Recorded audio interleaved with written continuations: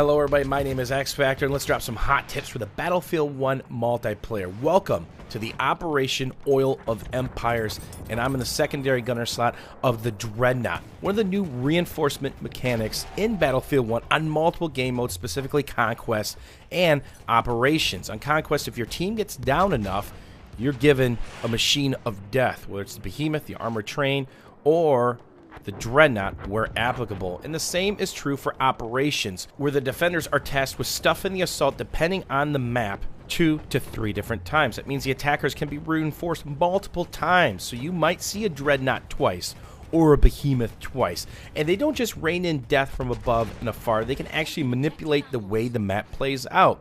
At this specific spot, the map gets really choke pointy. It's a fortress after all. But did you know there's multiple spots where you can actually open up these choke points? Take a look at the fortress in the front left above the mini-map. You can actually hit this a few times with everything you have, and will open up an entire new lane for the attackers to flank, getting on one of the objective points, potentially moving on, and don't forget, as a defender, you need to watch that. The Battlefield 1 beta boasted 13.2 million unique players. Think about how many times people deployed and redeployed. With that said, the medic class came in last at 10% of the choice. It was actually behind the tanker, pilot, and cavalry class at 11%, but that's going to drastically change. There's a massive balance patch for the Battlefield 1 launch build, and the medic weapons are much more accurate, precise, therefore effective, and rewarding when using them. Just make sure you're not too spammy, you're aiming down sight, you're not strafing while shooting, and try to limit how often you hip fire. Another thing that really helps the medics out become more effective is the UI was fixed. There's multiple indicators on your screen. If you're the dead guy, it shows you how close a medic is to your body. Did you know that you don't have to release? You could sit there for 10 to 15 seconds. A medic can still get you up. Releasing early only gets you into the spawn screen because there is a minimum time required before deployment. But if somebody's 30 meters out or so, you can actually hold to go into that spawn screen and still catch or revive. So there's two things you need to look for. There is a progress bar that you can kind of see. Now if it's flashing, that means they're holding the button to jump to their spawn screen. Maybe skip that guy, you kind of saw it off in the background. But if it's solid and counting down very slowly, as you see here, you could definitely revive that player. And yes, the syringe does kill, but it does require a charge. If you're getting rushed by an enemy and surprised, you can't just click them. You have to hold it down for 2 to 3 seconds, then release it in their chest, and down they go. In Operations, it's all about taking the sector, then the transitional period is clearing the sector as you see some circles around enemy opponents. Not only is this giving them away, but it's rewarding you with extra XP, and believe it or not, your team with extra tickets. And the attackers cannot move on until that sector is cleared. In the process, the defenders can milk your tickets down. So not only are you rewarded on a points aspect, a tickets aspect, but it could really cost you tickets as you bleed them out if they're milking some of these kills. So if there's a circle above them, you're going to get extra points, 50 per time. If you get a headshot, that's 25 additional. If it's an Avenger or normal kill, it's an extra 20, but you also get tickets. Watch the tickets jump. Depending on which operation you're on, it averages between 2 to 4, and that could be a time-based thing. The longer they're in the actual sector, you might get more points. But as an attacker, it's about managing your tickets, not bleeding all the way out, and using your reinforcements as you're only given 2 or 3 different shots, depending on what operation and map that you're on. So whenever you see those circles coming up, don't delay, kill as many as possible, and try not to bleed out many tickets in the process because you will continue to lose them. There is no pause on those tickets, and sometimes you have to be creative. But if the defenders get out of the sector in time, they're just a normal kill. No extra points, no extra tickets. So pay attention as we cap B here, and in that split second that we have both, you see the circles. Now we're going for some roadkill soup, and as they turn that corner, the circle disappears. So although they're a part of my tire permanently affixed, they were not worth extra tickets or points from me. When it comes to Battlefield, knowledge is power. It's always great to have more information on enemy movement. The mortar is back, and there's actually 2 different variants. There's the HE variant, not shown here, which does minimal damage to infantry, but does do quite a bit to hard targets or armor. And this is the anti-infantry soft target variant called the Airburst, as you can see it plume out when the smoke kind of spreads. It does have some limitations. You're limited to 90 meters or so from deployment. It has a very long recharge rate.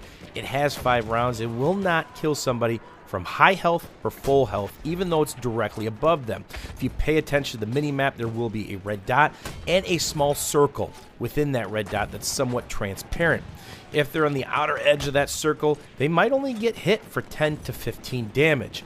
But if they're within very close proximity to the red dot of that circle, they might get 60 or 70 damage. And while you are using the mortar, you are permanently affixed to it, and you show up for everybody to see on the minimap, including other mortar users.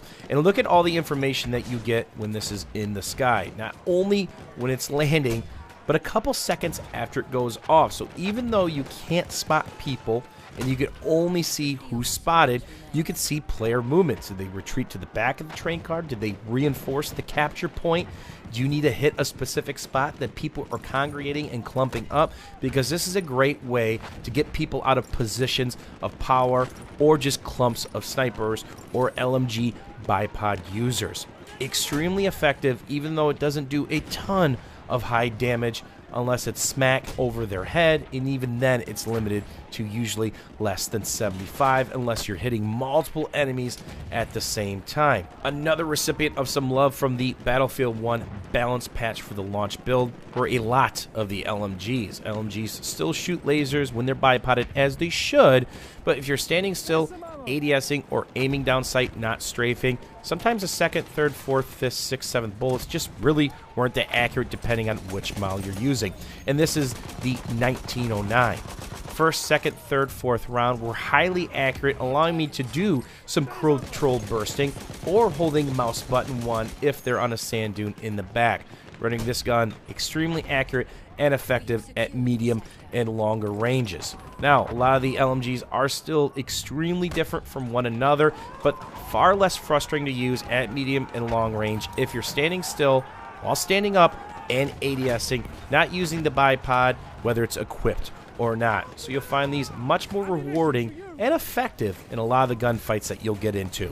As promised by the Battlefield developers, the light tanks were completely reworked as they were too strong in the Battlefield Open Beta. I actually got to see 2 versions of this over 2 different builds while recording at Dice LA over the course of 3 different days. The first build that we saw, where many of your favorite YouTubers and live streamers got their footage, was a little bit older, where tanks were absolutely nerfed and crushed into oblivion. Almost pointless to use. But then they started to buff a few things, and here's where we are with this footage. Still manual repair, takes 8 full seconds. Now you can still interrupt it, whether it's a normal grenade, a K-bullet, an anti-tank grenade, or if it's another stationary artillery or tank shooting you. Anything that does damage to a tank will stop that repair and then of course add on that damage. But you do get 32 repair points, which was a slight buff from where it was at 8 seconds and 20 or so. They also buffed assault and stationary artillery.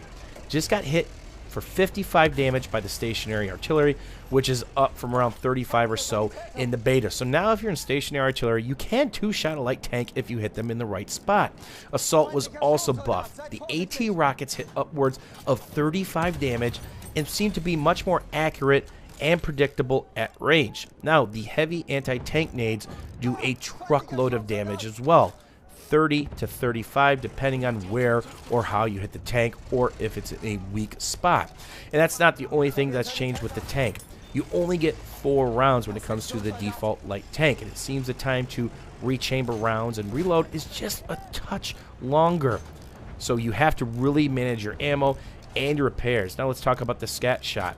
Now, the first build that we played, you might be able to kill somebody from 20 or so feet away from full health. Now it was feeling closer to 40 or 50 as long as you hit them in the upper chest. Lastly, when it comes to the primary, they actually lowered the velocity. Therefore, there is more drop at medium and longer range, making it harder to hit air targets, and the tanks are more vulnerable in general. So if a tank is sitting still going through that 8-second repair cycle, get on them, don't let them up, because they can go from high health to low health or no health in a split second.